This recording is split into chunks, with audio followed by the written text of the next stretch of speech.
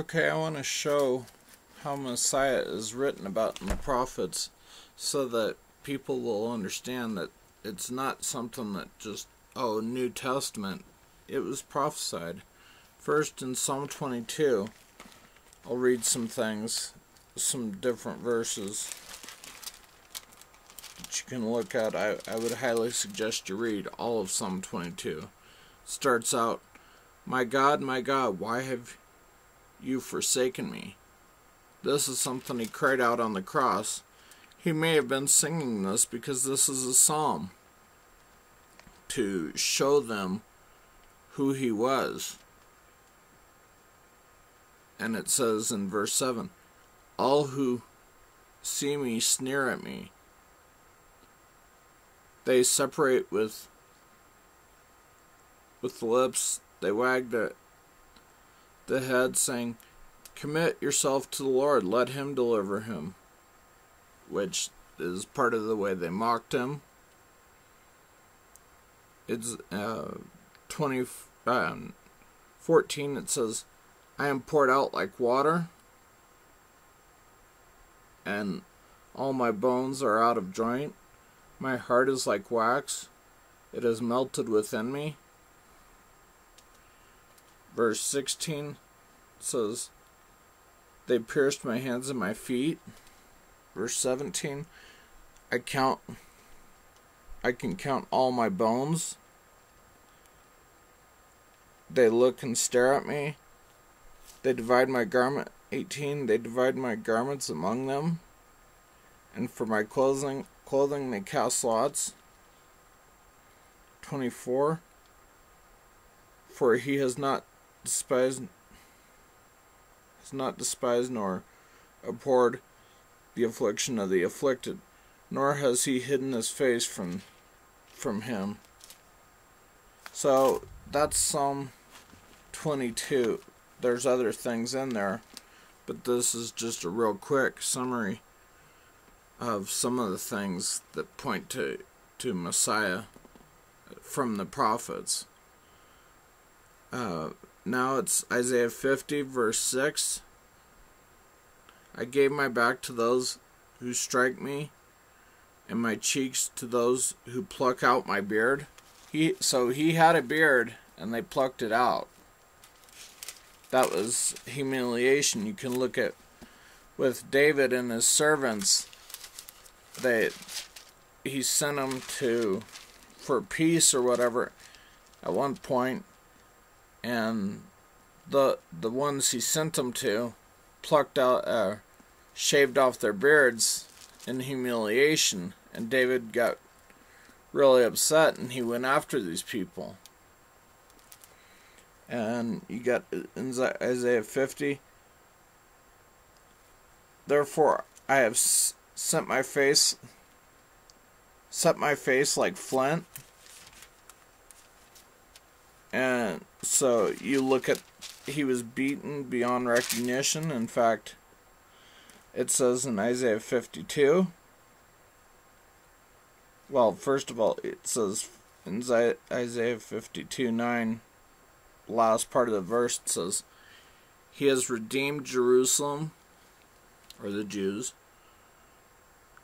But here it says in Isaiah 52, verse 14, just as many were astounded at you, my people, so his appearance was marred more than any man, and his form more than the sons of men.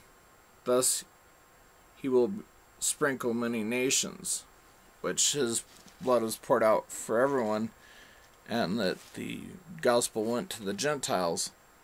And then Isaiah 53 is the big one for Messiah. He has no stately form or majesty that we should look upon him, nor appearance that we should be attracted to him. He was despised and forsaken of men, a man of sorrow and acquainted with grief. Then verse 4, surely our grief he himself bore. So he took upon himself, and our sorrows he carried. Yet we ourselves esteemed him stricken, stricken, smitten of God, and afflicted. But he was pierced through for our transgressions. So you look at that. His blood was shed for us. That's where his blood ran down. He was pierced and the blood and water came out, which was, when you look at the animal sacrifice, that was part of one of the things that had happened was, and that blood and water was mixed together and poured out as part of the rituals, as part of the sacrifices, some of the sacrifices.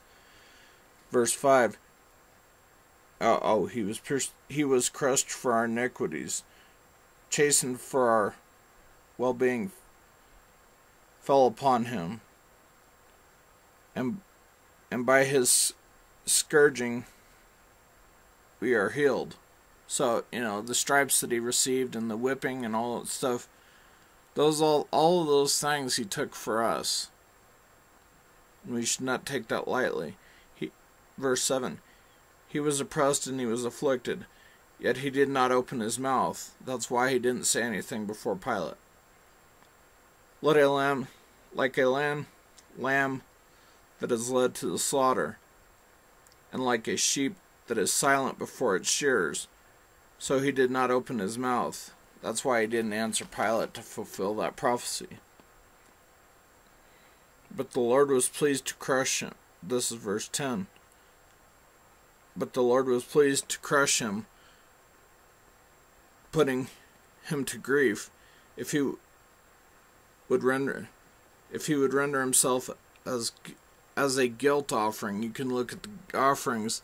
Guilt offering was about, sins committed in ignorance or that we didn't realize. So, it says there that he was a guilt offering. Verse 11, he will see it and be satisfied.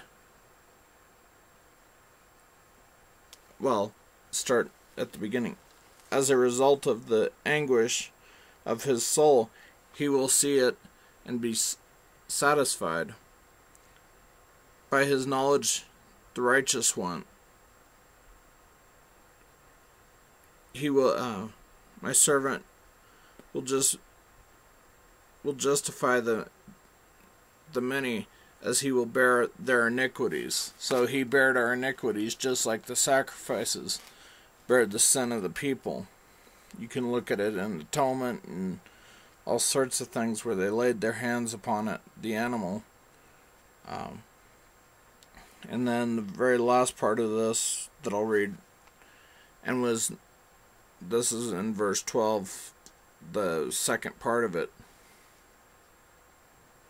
Because he poured out himself to death and was numbered with the transgressors, that's why he had the criminals beside him, yet he himself bore the sin of many and interceded for the transgressors.